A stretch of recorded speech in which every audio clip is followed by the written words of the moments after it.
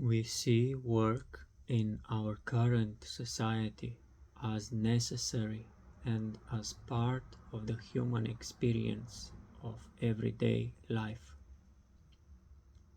Indeed, work is necessary, and more than that, it is desirable and should create pleasure, but work in that sense, not limited to labor, and it should not be a hurdle to human beings.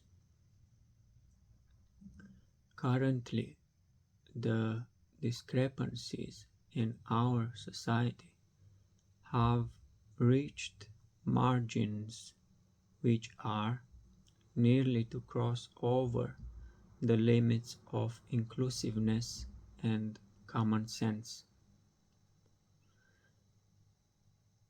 There's a huge disproportion between individuals and where they are situated and placed on the social class and structure. The many industries and the way they define the individual and how they are perceived has made people to be marginalized and consequently suffer lives of misery, while those who took advantage and exploited their positions to the maximum have limited the others and captured a greater and greater mass of individuals who were pushed into cheap labor to secure daily necessities such as shelter and food. It is a disgrace to have such a disintegrated and broken system in the 21st century, while a few blatantly and arrogantly enjoy the fuss of their exploitation schemes over the multitudes. In turn, we should have a system and a society that is not powered by monopoly and privatization or holding to achieve greatness, equilibrium, prosperity, and wealth on a general level, shared genuinely between individuals without discrepancies and differences. How is that possible in a 21st century capitalistic monopolistic system? Well, if we look carefully on how people are assembled into work conditions, their schedules, and the frameworks as professions and careers, we will have the necessary understanding to make the change. People are too narrowed in their approaches towards work life, and that's why there are so many people perhaps unemployed, in the sense that mostly they are either following a career for a lifetime and stagnate or progress on the ladder in that direction, or are moved by circumstances into roles that many times are not in sync with them because of the necessity to secure an income and maintain households. So that's how this system is pushing and pulling in two different directions, and consequently is broken as such and prone to collapse at some point. That's why there's always been a financial crisis, mostly for the poor class, a perpetual financial crisis, because the system does not properly function as running smoothly, but rather crawls somewhat to the next standpost. And when this happens, usually someone wins and someone else loses. And most of the times, those with big money win and the poor lose. On the other side, if the people would have a secure income assured, and that not necessarily in the form of money and the monetary system as we understand it today, in a monopolized system backed by gold or trade, the situation would look different. A secured income that would provide the necessary access for all the basic and mundane needs and to the latest advancements in technological terms of the system.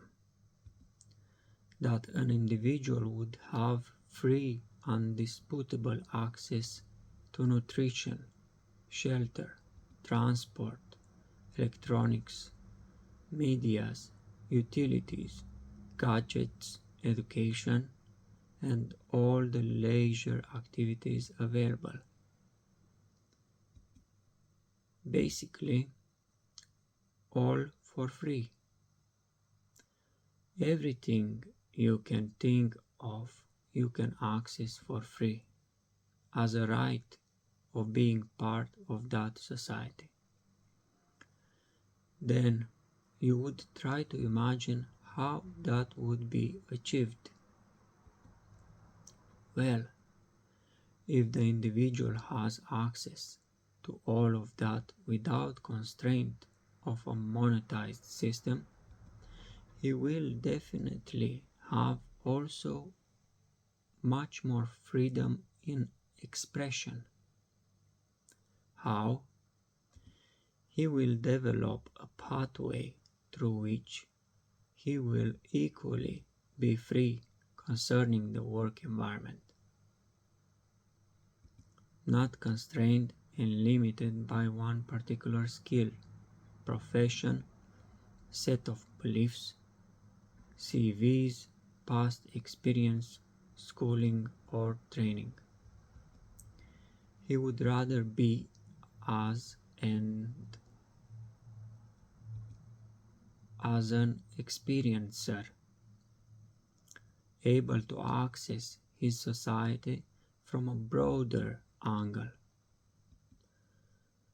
Programs would facilitate such facilities where there would be much more experienced individuals in place that have spent more time in those roles that would work hand in hand with the fresh participant and promote inclusion, while they would all be volunteering constantly.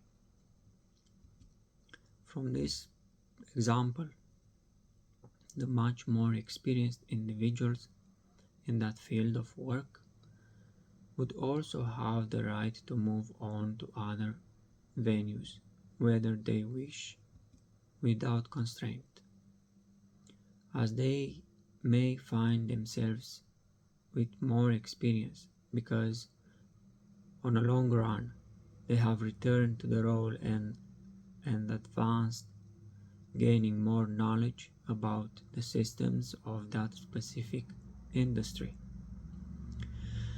And so, an individual would not be held as a hostage at work in one profession for a lifetime, in many cases till retirement, like in our today's society. He would rather be free from this painful experiencing of the work life, which should be a pleasant and a beautiful experience, enjoyable. I can say from my own impressions, encounters, and the many people which I met, from their way of acting at work and outside of work, that people are not happy with the current work system that is in place. They always complain about something, colleagues, bosses, or the environment at work. So, when they are off work, they consequently try to compensate that suffering, stress, and anxiety with habitual propagation of a perpetual complaint and dissatisfaction in communication.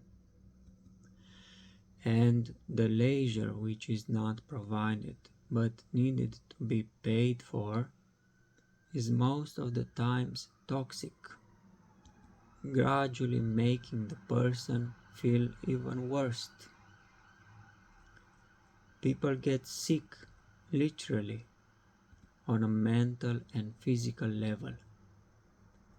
People fall into all sorts of indulgences to fill that gap, and that with the little money that they make, which kills them slowly.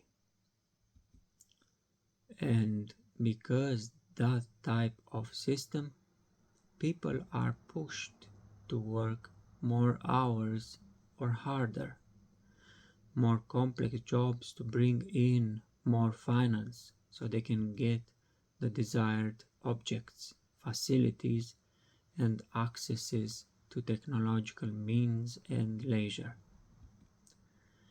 They think they need to acquire more to pay for the second mortgage, the second and the third, the vacation house in Spain, probably, and preferably Mallorca Island, maybe, the latest sports cars, and so on. You see what I mean? But time is limited in the sense that it does not change, add up. Of course, time management and speculations are in place. That's why discrepancies. And while either themselves or others in their behalf must spend more hours at work for that type of provision, in the case of the others, many times an unpleasant experience. They consequently have little to no time left to enjoy the benefits, and what should have been a rewarding hard work. This is the trick in this approach. Trying to secure objects and pleasures which cannot be possessed or maintained is a waste of energy and time. I would not go that far to discuss, as others did, that people suffer mentally on a large scale in this type of work life and society. But it is true. Look at the results of the inconsistency and lunatic strive to obtain and possess more.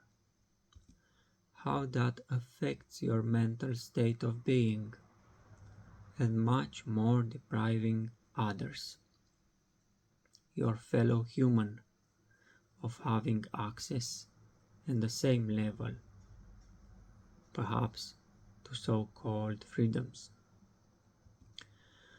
And the depressed individuals, broken, retired men, speak loudly as an example that this current work life and monetary system is a failure.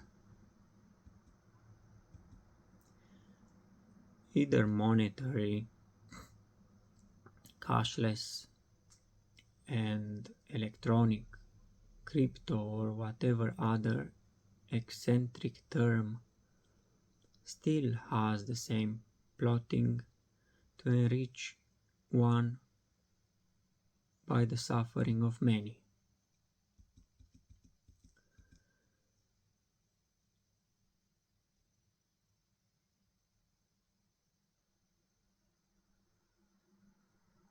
There should be only a modality in place as to access facilities, employed technological, but without any second condition or determinants. Let me repeat this. So this should be only a modality in place as to access facilities, employed technological, but without any second condition or determinants.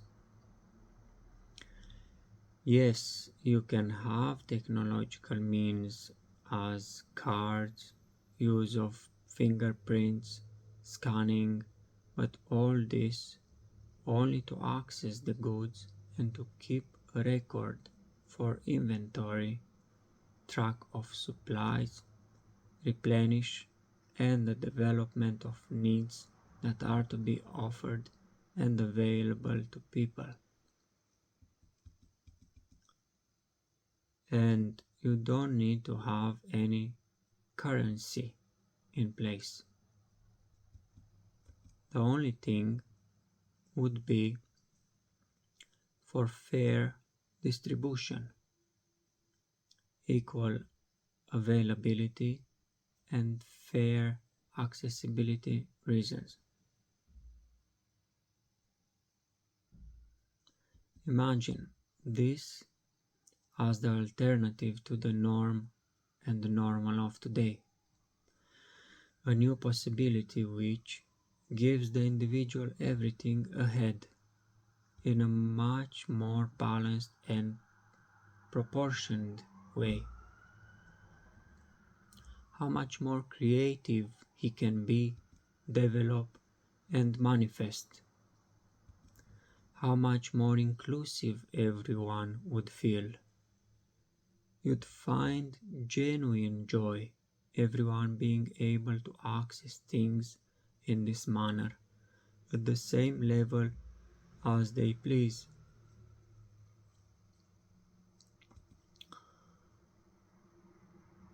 Not like now, with a fake approval in certain life situation, where two individuals from different classes are brought together and in their hearts deeply and emotionally pressed. One thinks and feels as if he is better or in advantage for some reason, and the other must be hating the other for his arrogance. But both pretend to approve of each other. They clearly know intrinsically in their minds that there is something not right about it. But they like to pretend. When your boss has penthouses and private jets, you, the idiot, spend 10 to 12 hours at work and on commuting.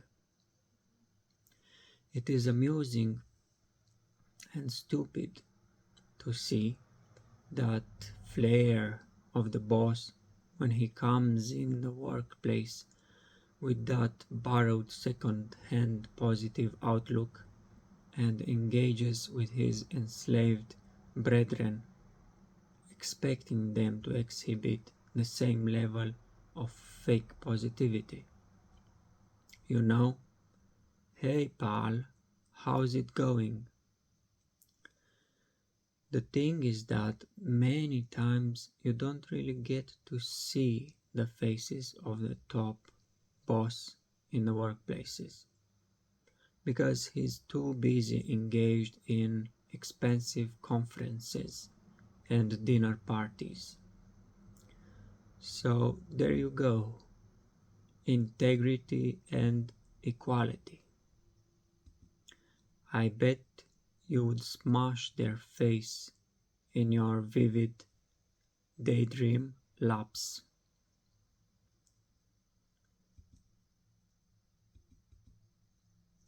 Now we know what we are talking about.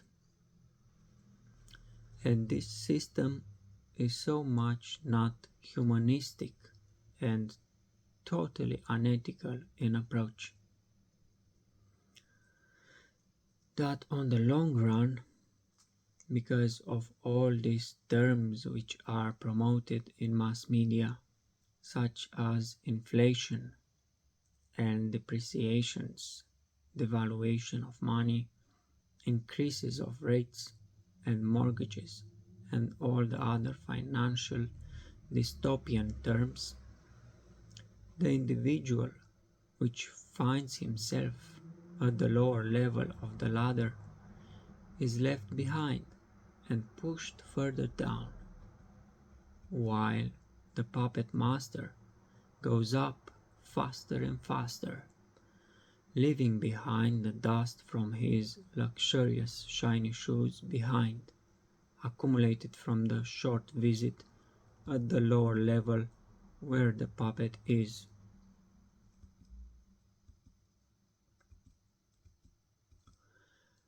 Contrasting this present-day dystopian scenario is the unveiling of the revolutionary, sure development of societal systems as mentioned, in a much more integrated and promoted by inclusiveness society,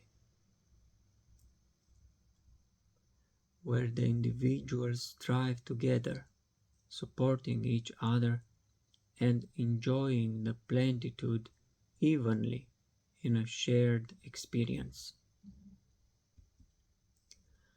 How would a much more integrated system facilitate these accesses to people? Very easily by means of technological employment and developments in tune with the necessary activities which must be conducted daily and depending on the venues and what is the individual to be engaged with, what sort of environment. If perhaps having to use transport, public transport more specifically, would be accessed automatically available, open for free, without the need of the use to open gates with some type of cards or passes as to differentiate, but only in the event that a vehicle or gate would need such means of access for organization and management of space and safety reasons. Otherwise, it'll be an open design space based on motion and sensors or scanning. Depending on technological means and advancements, a vehicle such as a car or a van would be similarly provided and easily accessible. Perhaps even the need to lock a car would be unnecessary, but only to be opened by a slight touch or to turn the engine on with a fingerprint technology or a quick scan by moving of the palm in front of a screen, or maybe just verbal interaction, voice recognition such as Alexa or Apple devices. It is another matter how vehicles would be provided or in what sort of infrastructure. But the general idea would be that if the individual must access a vehicle, he will be provided as such with the necessary part of the norm and set of means that he is provided with by the system. Either random vehicles would be in proximity of his house location and key locations in the city, or a scheme which gives every individual the vehicle needed based on circumstances. This subject, of course, is much to be expanded on. While infrastructure is the key element here for a successful, integrated, and inclusive transport link. To move into a different aspect, the question arises: how would the system still function if everyone receives and is entitled to everything freely? Who will have the desire for a work life then? Well, by employing the latest technologies and technological advancements, robotics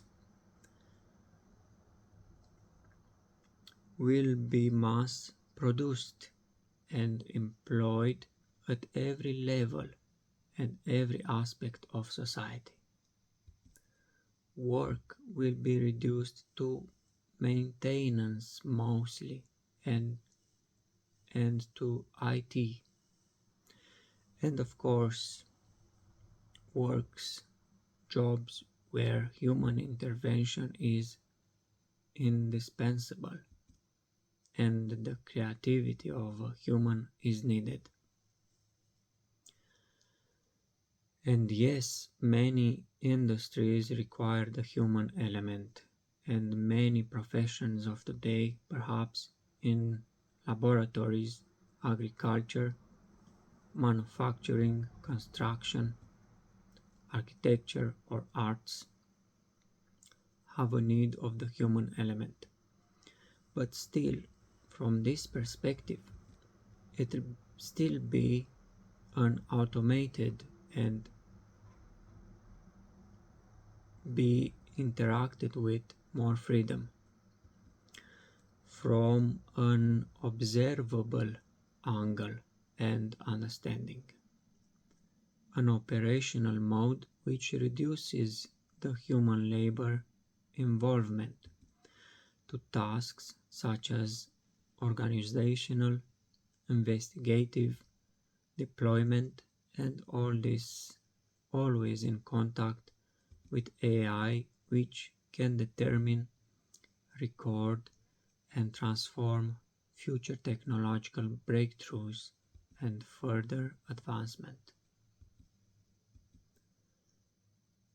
It will be much more pleasurable because the individual is not forced into work as into the present situation.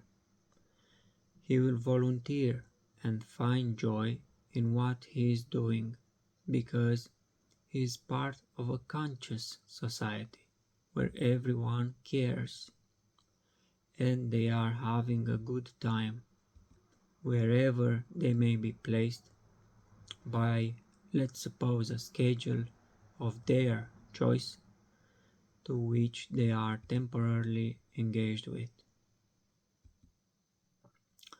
Of course, these schedules would be catered and distributed according to industries and the individual which wishes to participate. But perhaps as a rule, there will be a time limit where an individual cannot stay in one place of work, a role, for more than, let's say, 1 year, maybe 2, or even to the least amount, a couple of months or weeks. Perhaps this is further into advanced outposts, but as the transition happens, a shorter period of time is recommended for individual development and sanity. So, in this way, he will not feel constrained as being exploited somehow by the industry, and therefore having a rather free approach towards work. A true work-life balance. In this way, the individual will become multi-skilled, learning through experience at work, and everyone would be able to know the system inside out and experience from different angles. So everyone would be occupied and engaged and much more pleasantly relaxed with no pressure. Then the question arises, how many hours should he spend at work? Well, that is discussable. You may envision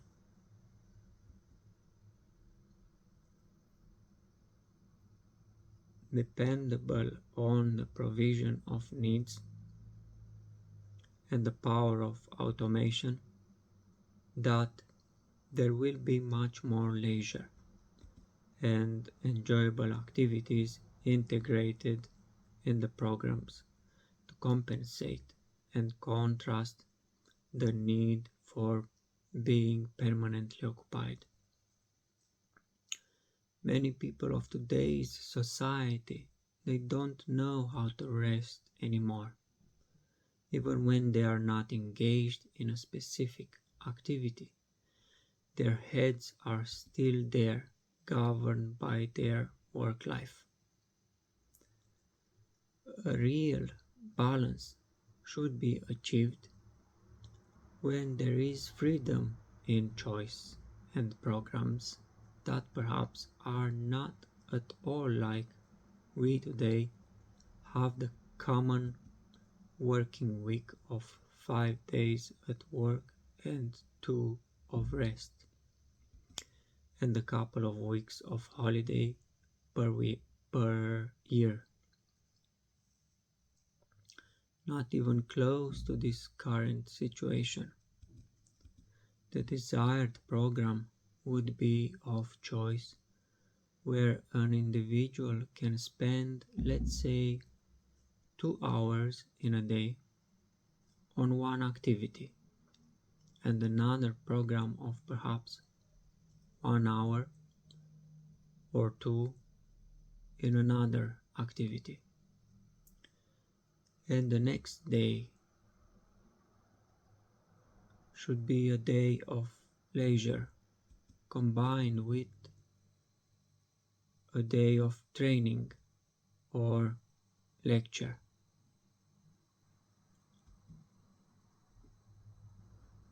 And if the program, let's say, is for 6 months, there should be a goal or a target as a guidance method to go through the set of work experiences.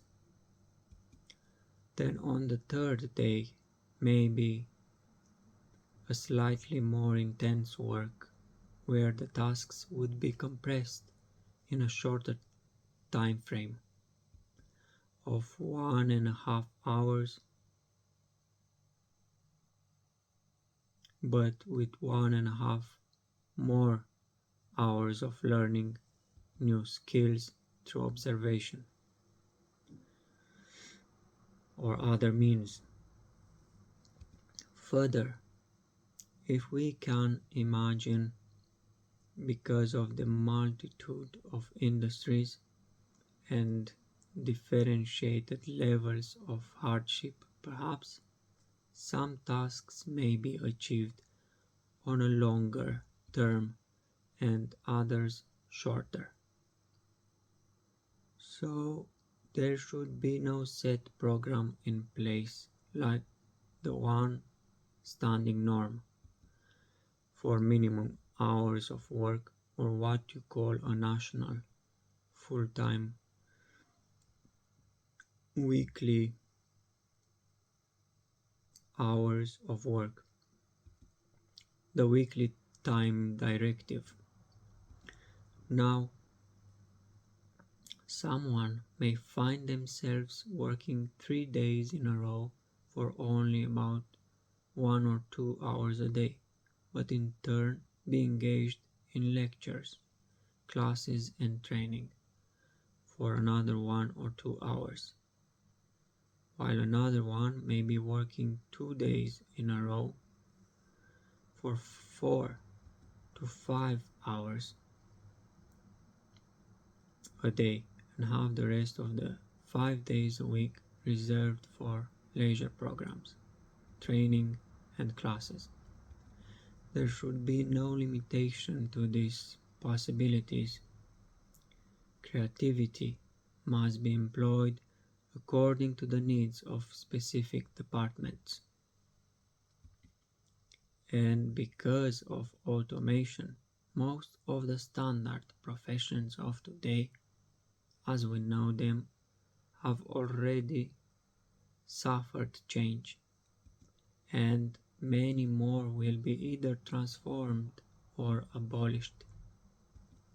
So, people would be mostly engaged in maintenance and development. Of course, if you open your imagination, there is no limit in possibilities of what we can achieve.